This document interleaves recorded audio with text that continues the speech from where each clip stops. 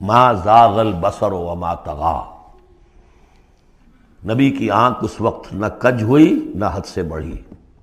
إنه لقرآن كريم في كتاب مكنون لا يمسه إلا المطهرون تنزيل من رب العالمين۔ البتہ یہ کہ حضرت جبرائیل کو ان کی اصل ملکی شکل میں حضور نے اپنی ان آنکھوں سے 2 مرتبہ دیکھا ہے۔ ایک مرتبہ بالکل آغاز میں، جبکہ حضرت جبرائیل جو ہیں ایسے ظاہر ہوئے، حضور اتر رہے تھے غار حرا سے، جبل نور سے، تو آپ کو آواز آئی یا محمد۔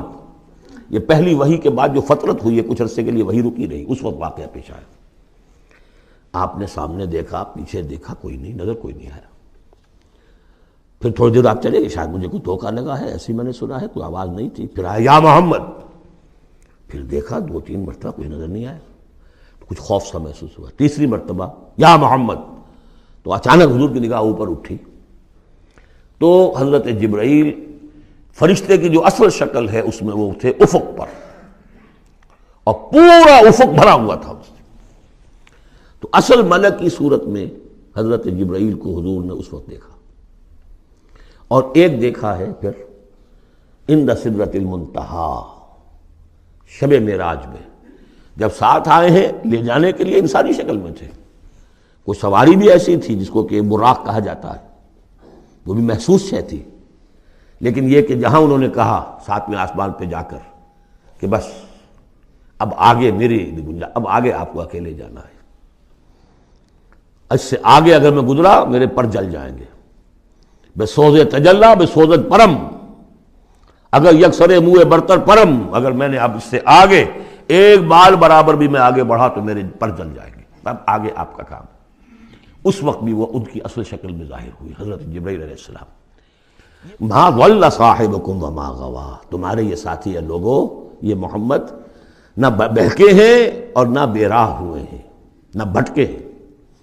وما ينطق عن الهوى، اور یہ جو کچھ کہہ رہے ہیں اپنے جی سے نہیں کہہ رہے، خواہش نفس سے نہیں کہہ رہے، ان هو الا وحی یوحی، نہیں ہے یہ مگر وحی جو ان کی طرف کی جا رہی ہے۔ علمہ شدید القوی، انہیں تعلیم دی ہے، سکھایا ہے اس نے جو بہت طاقت والا ہے۔ یہاں حضرت جبرائیل ہیں جو مراد ہیں۔ علمہ شدید القوی، یہ قرآن کس نے سکھایا محمد کو؟ شدید القوی، ذو مرۃ، وہ بڑا زور آور ہے، فاستوی، وہ سیدھا ہوا، وہو بالافق الاعلی، اور افق اعلیٰ کے اوپر وہ محمد کو نظر آ رہا تھا صلی اللہ علیہ وسلم۔ ثم دنا فتدلی، پھر ذرا نیچے کو لٹکا، قریب آیا، فکان قاب قوسین او ادنیٰ، اور پھر وہ اتنے قریب آ گیا کہ جیسے 2 کمانوں کا فاصلہ ہو یا اس سے بھی قریب۔ فاوحی الی عبدہ ما اوحی، پھر اس نے وحی کی اللہ کے بندے کی طرف جو وحی کی۔ وہ وحی کون سی تھی؟ وہ ہے اصل میں وحی رسالت، وحی نبوت جو تھی وہ تو شروع میں آ چکی، اس کے بعد یہ فترت ہو گئی تھی، کچھ وقفہ پڑ گیا تھا۔ شروع میں وحی جس سے کہ حضور کی نبوت کا ظہور ہوا ہے وہ تو ہے اقرا بسم ربک الذی خلق، خلق الانسان من علق، اقرا وربک الاکرم الذی علم بالقلم، علم الانسان ما لم یعلم۔ لیکن اب یہ سورہ مدثر کی آیات اس وقت نازل ہوئیں، یا ایھا المدثر، جب حضور گھر آ گئے اور پھر آپ نے اپنی اہلیہ سے کہا، خوف زدہ تھے، جو بھی منظر دیکھا تھا، ملک کی شکل، فرشتے کی شکل، اب وہ تو حضور ہی نے دیکھا جو دیکھا، ہم تو نہیں سمجھ سکتے کہ آپ نے کیا دیکھا، لیکن یہ کہ اس کے بعد آپ آئے، آپ نے کہا مجھے کمبل اڑا دو، لحاف اڑا دو، لحاف اوڑھ کر آپ لیٹ گئے، تو پھر وہ وہی یا ایھا المدثر قم فانذر وربک فکبر، اے لحاف میں لپٹ کر لیٹنے والے کھڑے ہو جاؤ اور خبردار کرنا شروع کر دو لوگوں کو۔ اور تمہاری اس دعوت کا نقطہ آغاز تو انذار ہے، اور اس کا ہدف دنیا میں تکبیر رب ہے، رب کو بڑا کرو، اس کی بڑائی منواؤ، اس کی بڑائی نافذ کرو، اس کا نقشہ کھینچا گیا ہے۔ علمہ شدید القوی ذو مرۃ فاستوی وہو بالافق الاعلی ثم دنا فتدلی فکان قاب قوسین او ادنیٰ فاوحی الی عبدہ ما اوحی ما کذب الفؤاد ما رأى، جو کچھ انہوں نے دیکھا ان کے دل و دماغ نے اسے جھٹلایا نہیں، یہ نہیں کہا کہ نہیں یہ کیا ہے۔ دیکھیے ایسا ہوتا ہے کہ کوئی غیر معمولی سی بات آپ دیکھیں تو ایک شخص ہو جاتا ہے میں خواب دیکھ رہا ہوں یا حقیقت دیکھ رہا ہوں۔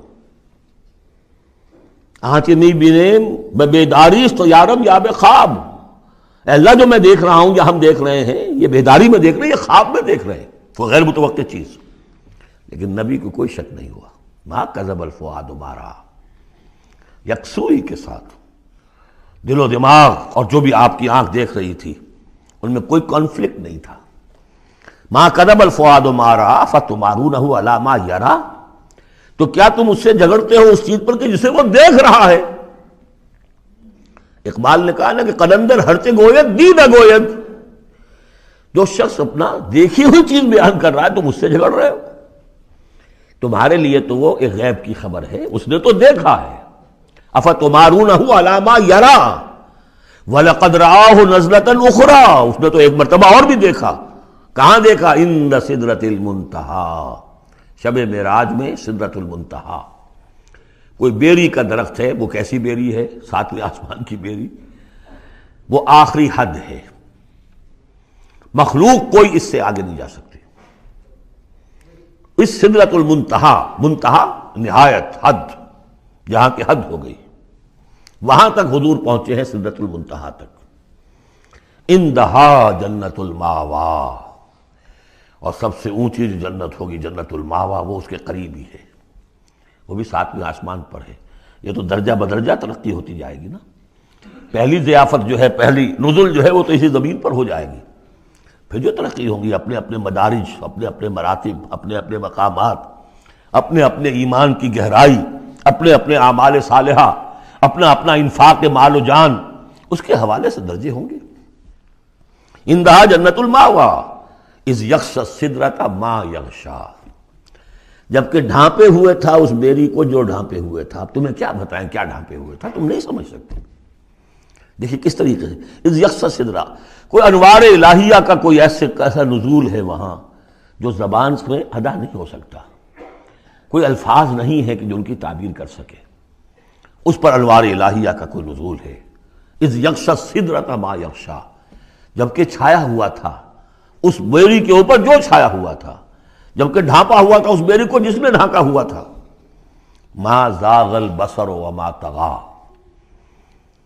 نبی کی آنکھ اس وقت نہ کج ہوئی نہ حد سے بڑھی۔ یہ دو انتہائیں ہوتی ہیں، ایک تو یہ کہ آپ کسی انٹینس لائٹ کو فیس نہ کر سکے تو نگاہ ہٹائیں گے آپ، یہ جھپک لیں گے، فیس نہیں کر سکتے اگر آپ میں ہمت نہیں، استعداد نہیں ہے۔ نبی کا ظرف اتنا تھا کہ ان انوار الہیہ کا براہ راست مشاہدہ کیا ہے، اور نگاہ آپ کو ادھر ادھر کرنے کی ضرورت پیش نہیں آئی۔